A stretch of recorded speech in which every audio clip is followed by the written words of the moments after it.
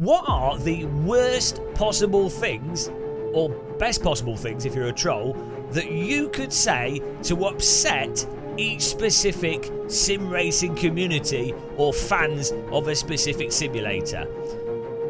I'm going to tell you in this video. Fasten your seatbelts. Get ready for some crying sim racers.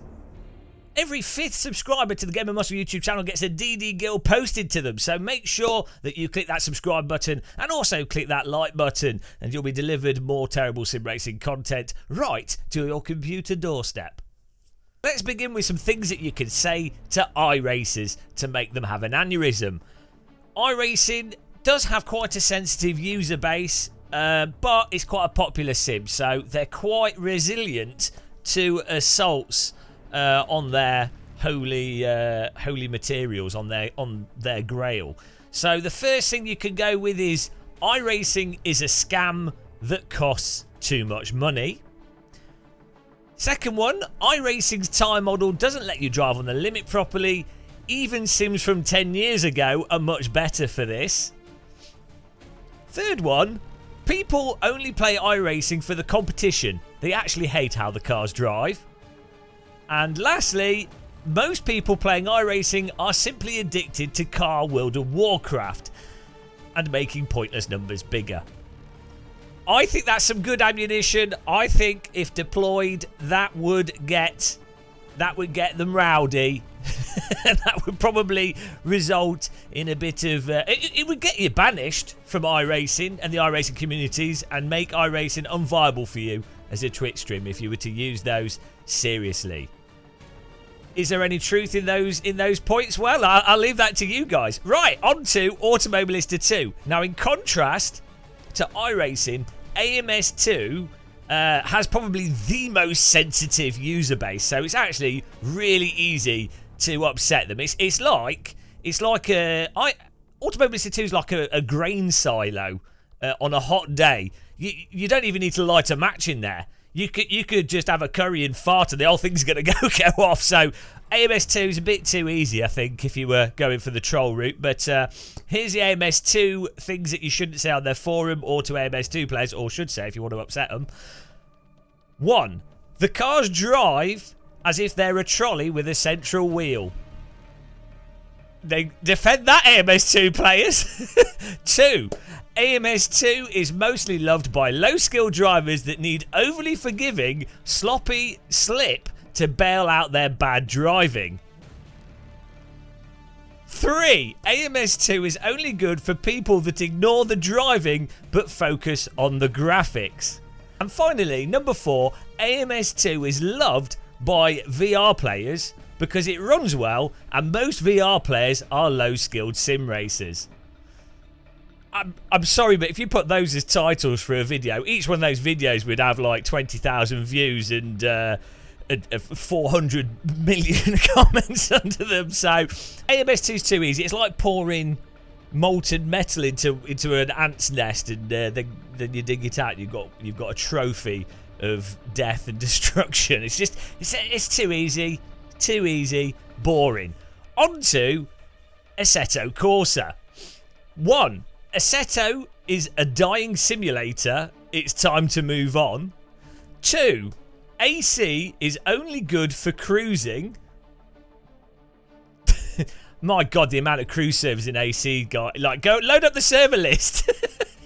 It's just cruising everywhere. Why? Okay.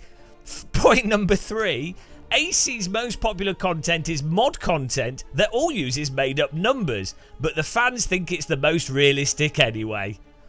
I think that one would. I think that, especially if you put that on like an RSS or VRC forum, that could be a good one to go for. I think a bit of targeting there. That's more of like a cruise missile with good targeting, that one.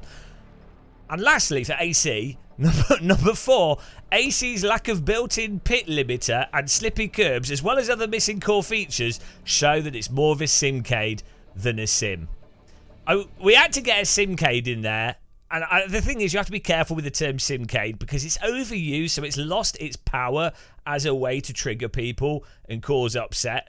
But if you sneak Simcade into a statement, weave it in, that is where you can actually make it still work. But it does require skill to get the most out of the Simcade term these days. It's not going to just get you instant clicks on YouTube, for example, or Reddit posts. So good advice for those of you trolling with the term Simcade. On to RaceRoom, and I would say RaceRoom's not that, its user base isn't that sensitive. They're pretty chill. I think because it's really like European-y type user base. They're probably just sat there. They're eating baguettes with like pate on it and probably smoking stuff, and they're just chilled out. They're just relaxed. They don't care. So it's difficult. RaceRoom's difficult to target, but there are ways to trigger off the RaceRoom players, but this was really hard. But nonetheless, one, it's impossible to enjoy RaceRoom due to how dated the game engine is.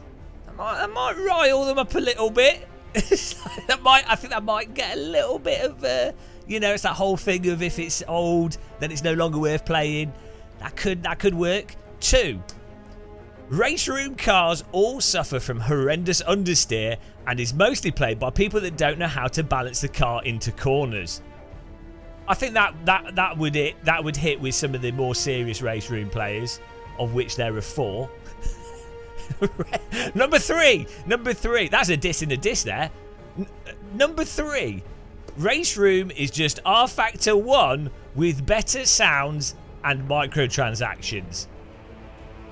Now, I don't think that would upset RaceRoom players. I don't think that would really trigger them. But what I think it would do, if you did this as like a Reddit post, video title, something on a wider space, not the RaceRoom forums, I think that could actually motivate people that play other sims to come to the defense of RaceRoom players.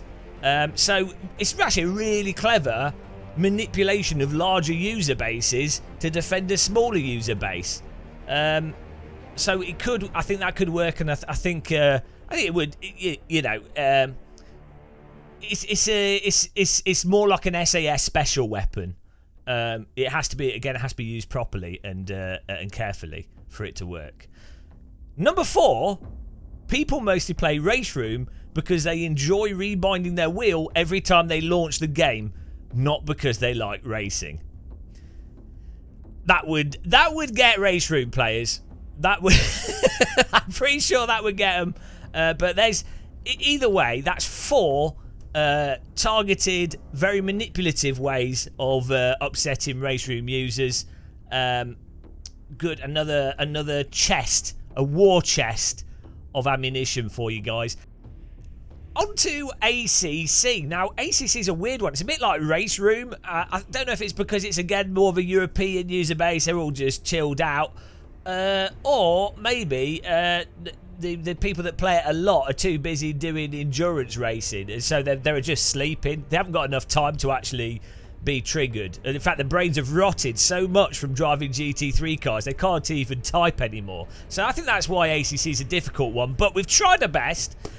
Number 1, ACC is most enjoyed by people lacking the skill to use a brake pedal properly. Number 2, ACC is successful because it's full of popular car brands that people who don't actually like racing are familiar with. Number 3, and I have to say this is one of my favourites, ACC is the best simulator for people that don't like a range of detail in their force feedback. And finally for ACC, point number 4, ACC is what happens when you design a game around what is popular in racing rather than what actually makes for good racing. Now, if you don't clarify that, that is how you get the argument going. That's like you're dropping in the nugget into the fish tank, all the piranhas, and then attacking it because you have the defenders and the attackers. You know, if you do long races, GT3 cars actually make sense in endurance race, the strategy, the setup, and everything. You do sprint racing, GT3 cars kind of, especially on a lot of the tracks, are just going to follow each other around, and most people are doing sprint racing. But you see what I mean? It can create, it's an absolute nucleus of a warhead, that one. But that's ACC. And then finally, rFactor 2. I don't think there's anyone to really upset that plays rFactor 2 because there's only 4 people playing it. So it's a difficult user base these days to roll up. Back in 2012, back in 14-12 when it first came out, there were a lot of people that could get upset because there was all the hope that rFactor 2 would be the next, the next rFactor 1. It'd be huge. But nowadays, there's just a few fossils playing it. So it's difficult to wind them up, but I think it's possible. So number 1, nobody plays this simulator unless they're paid to for esports events. I'm pretty sure that would wind up some rFactor 2 players. Number 2, the only people now playing rFactor 2 came over from low fuel motorsports, who are mostly jaded iRacers that will accept anything over iRacing's physics. I'm proud of that one. I'm really proud of that one because that gets against we've managed to target iRacers. we're leveraging a more popular user base there for the troll. This is a proper troll lesson, guys. I'm not sure if I should be uploading this. This is too explosive, too dangerous. This is like giving the keys to the Pandora's box of doom. Ah well. Number 3. rFactor 2 physics are massively overrated and touted largely by people that ignore the fact that complexity doesn't equal quality or realistic end result. I didn't say more about that. That's at least a whole few. That's at least 20 pages of argument, maybe 50 pages. You know, we've leveraged an actual interesting conversation there. A conversation that is beyond many sim races, apparently. It's a conversation that's happened years ago in the past. I think that conversation needs to happen again. The fact that complexity doesn't equal realism. But dumping that on rFactor 2, again, I think it's pretty good weapon. It's a sharpened sword. And finally, rFactor 2 is a simulator for IT professionals that enjoy just getting things to run without crashing, more than it is a sim for sim racers. I don't know if that's insulting, offensive, or winding up, or just completely true. I actually quite like rFactor 2 nowadays, especially with the new content. But my God, it's so annoying to use at times. So are a lot of simulators. rFactor 2 is just trying to be a flight simulator, really. They're like, that's what makes a sim realistic. More buttons and annoying user interfaces. But there you go, guys. As I say, it's risking me uploading this, but what the thing is, you can look at this and you can use this as a way to identify this type of weaponry that is deployed by influencers, forum trolls, and you can go, oh, I'm familiar with that one. Gamer Muscle drew a picture of that, and now I can protect myself with the shield of not getting too angry. I mean, you could just not get triggered by what people type on the internet as well. That's probably the better way of doing things. But there you go, guys. Things that you shouldn't or could say on forums if you want to upset people within the space of sim racing. Hopefully you enjoyed this video. If you did, make sure you subscribe, click the like button, and drink far too much tea. Till the next one, goodbye, guys.